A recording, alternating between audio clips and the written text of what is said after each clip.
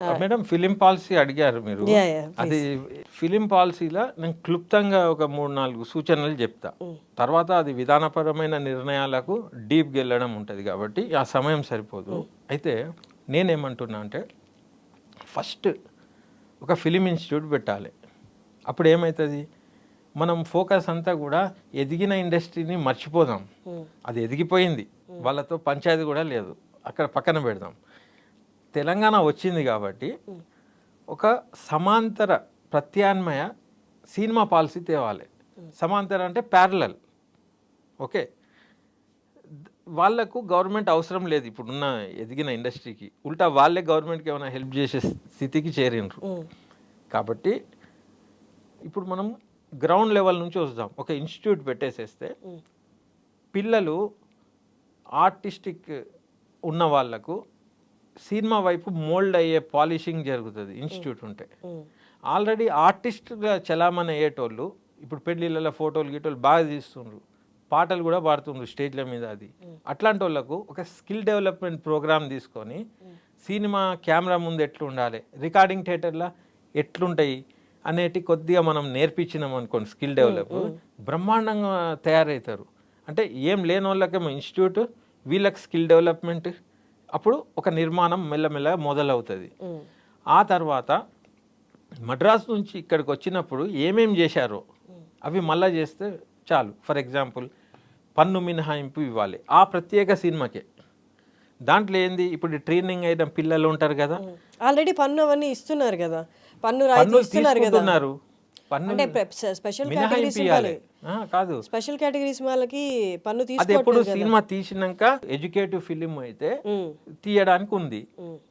ఏ cinema కాబట్టి ఆ సినిమాకు పన్ను మినహాయింపు ఏమి ఇయ్యరు అంటే యూజువల్లీ. మీరు ఏ సినిమాకి అడుగుతున్నారు ఇప్పుడు పన్ను నేనేమంటున్నా అంటే తెలంగాణ భూమి పుత్రులు ఎవరైతే ట్రైన్ అయిన పిల్లలు ఉన్నారో, కళాకారులు, టెక్నీషియన్లు, తర్వాత ఎంటర్‌ప్రెన్యూర్‌షిప్ కూడా పెరగాలి కదా, ఇక్కడ నిర్మాతలు రావాలి. ఇప్పుడు వీళ్ళని పెట్టుకొని సినిమా ఎవరు తీయాలి? ఇప్పుడు వాళ్ళ ఎస్టాబ్లిష్డ్ ఆ జానర్కే వెళ్తారు కదా. అయితే ఈ చిన్న సినిమా ఏదైతే తీస్తారో దాంట్లో తెలంగాణ సంస్కృతి సాంప్రదాయాలను ఎలివేట్ చేస్తూ ప్రత్యేక సినిమాలు ఏవైతే తీస్తారో వాటికి పన్ను మినహాయింపు. మొదలే కమిటీ డిసైడ్ చేయాలి ఆ కథ స్టేజ్లోనే. అయితే పన్ను ఇక్కడి లొకేషన్స్, ఇక్కడ టూరిజం డెవలప్ అవుతుంది, ఇక్కడి లొకేషన్స్, ఇక్కడి కల్చర్, ఇక్కడి హిస్టరీ, ఇక్కడి మనుషులుతో ఒక ప్రత్యామ్నాయం తీసినప్పుడు పన్ను మినహాయింపించి ఎన్ఎఫ్డిసి ఎట్లయితే కో ప్రొడక్షన్ చేస్తుందో, ఇప్పుడు మీకు భరోసా వచ్చి ఒక లెవెల్కి వచ్చినాక ఫిలిం డెవలప్మెంట్ కార్పొరేషన్ చేయూతనియాలి. ఓకే, అలాగే ఆ తీసిన సినిమాలు తీసేసినాం, సినిమాలు తీసిన తర్వాత థియేటర్స్ దొరుకుతాయా? ఇప్పుడు ప్రొడ్యూసర్, డిస్ట్రిబ్యూటర్, ఎగ్జిబ్యూటర్ మూడంచెల వ్యవస్థ గుత్తాధిపత్యంలో మారిపోయింది. అది అందరికి తెలిసిన విషయమే. అక్కడనే థియేటర్లు దొరకక టెన్షన్లు ఉన్నారు రెగ్యులర్ ఫిలిం మేకర్స్. ఇప్పుడు వీళ్ళు తెస్తే థియేటర్లు దొరుకుతాయా? దొరకాయి.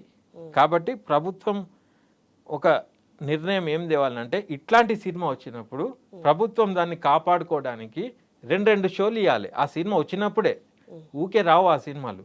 2 షోలు కేటాయించాలి ఆ సినిమా వచ్చినప్పుడు. లేకుంటే మినీ థియేటర్స్ కట్టుమన్నాం మేము, ఇక అవి కట్టరు. ఇప్పుడు బడ్జెటే లేదు, అవి చెప్పుడు కూడా వేస్ట్.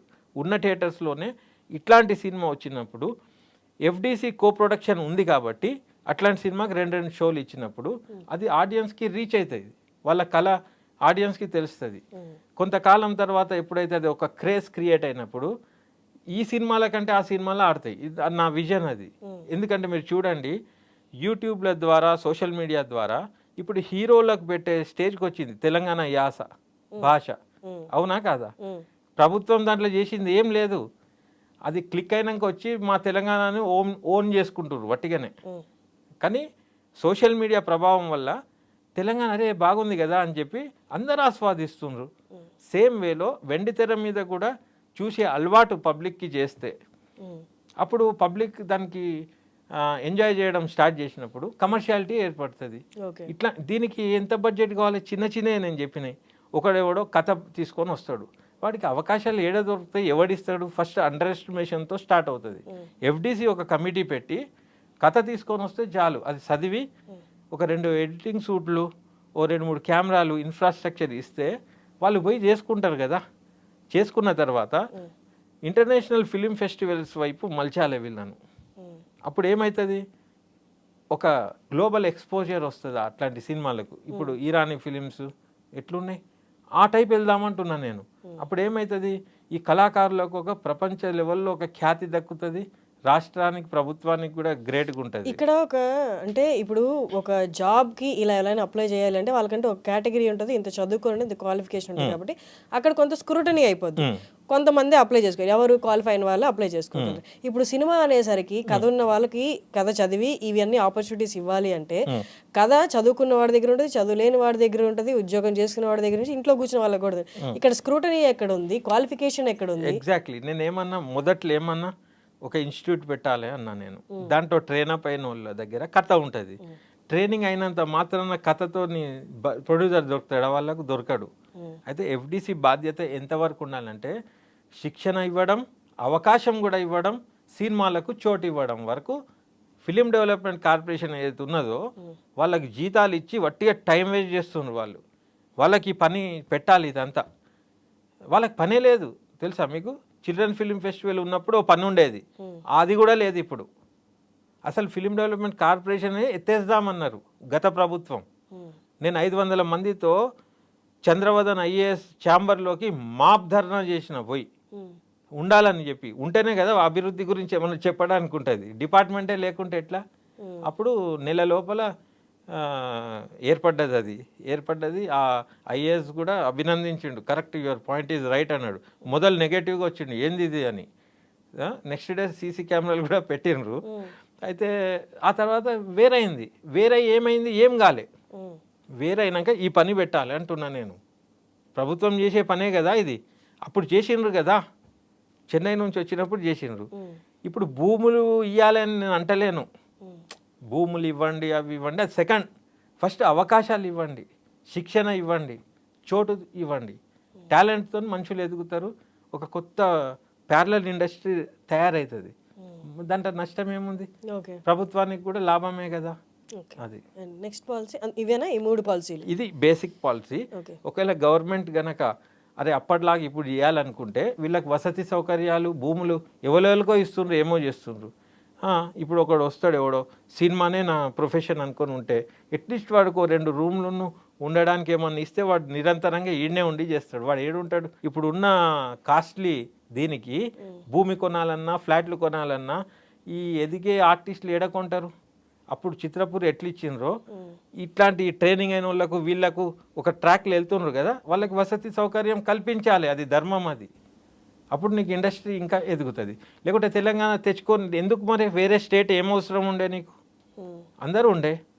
నువ్వు వేరే స్టేట్ తెచ్చినవే అన్ని రంగాలల్లో అభివృద్ధి అని. నాకైతే రాజకీయ రంగంలోనే కనబడుతుంది తప్పితే మిగతా అన్నీ విస్మరించబడ్డాయి. సినిమా ఇండస్ట్రీ గురించి ఒక్క ఇంచు కూడా కదలలేదు. రాచకొండ ఫిలిం సిటీ వట్టి అనౌన్స్మెంట్ల వరకే ఉండే. మరి ఏమైంది రాచకొండ ఫిలిం సిటీ? ఏది? అది మంచి పని చేసింది అంటున్నాను నేను. రాచకొండ లేదు, మను లేదు. ఎందుకంటే ఉన్న రామోజీ ఫిలిం సిటీయే ఏం లేక ఆయన టూరిజం టికెట్లు అమ్ముకుంటుండు. ఇప్పుడు డిజిటల్ జమానా, గ్రీన్ మ్యాట్లు పెట్టి వండర్లు చేస్తుండ్రు. దానికి 2000 ఎకరాల భూమి ఇచ్చి ఫిలిం సిటీయా? అక్కర్లేదు అది.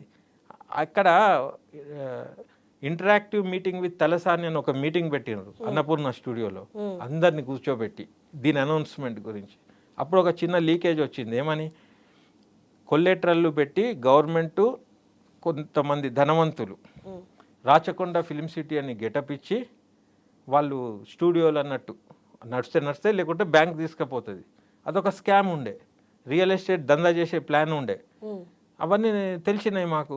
ఆ రోజు నేను వేదిక మీద అడిగినా, నేను ఏమని, స్పష్టత ఇవ్వండి, 2000 ఎకరాలు ఎటుపోతాయి, దేనికోసం ఇస్తున్నారు? ఆల్రెడీ ఇచ్చున్నారు కదా ఫిలిం నగర్ అన్నీ కూడా. మళ్ళా ఫిలిం సిటీ ఏంది?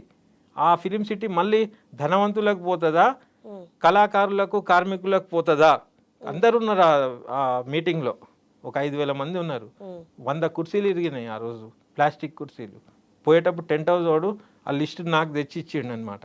సార్ ఈ బిల్ అని. వట్టిగా నవ్వుకుంటానే. నేనన్నా నిన్ను ఎవడు పిలిచిండో వాళ్ళని అడుగు, నాకు అడుగుతున్నావు ఏంటంటే ఆయన కూడా నవ్విండు. He also enjoyed the speech. ఆ స్పీచ్ తర్వాత అసలు రాచకొండ బంద్ అయిపోయింది. I'm happy for that. సమాజంలో ఇన్ని సమస్యలు ఉన్నాయి, ఈ స్కామ్లు పెట్టి ఫిలిం సిటీ అనుకుంటా చేసేది ఏం అవసరం ఉన్నది కదా? ఇప్పుడు నేను చెప్పిన పాలసీ చేయండి, 2000 ఎకరాలు అవసరం లేదు దానికి, ఇది చేయండి అంటున్నా నేను.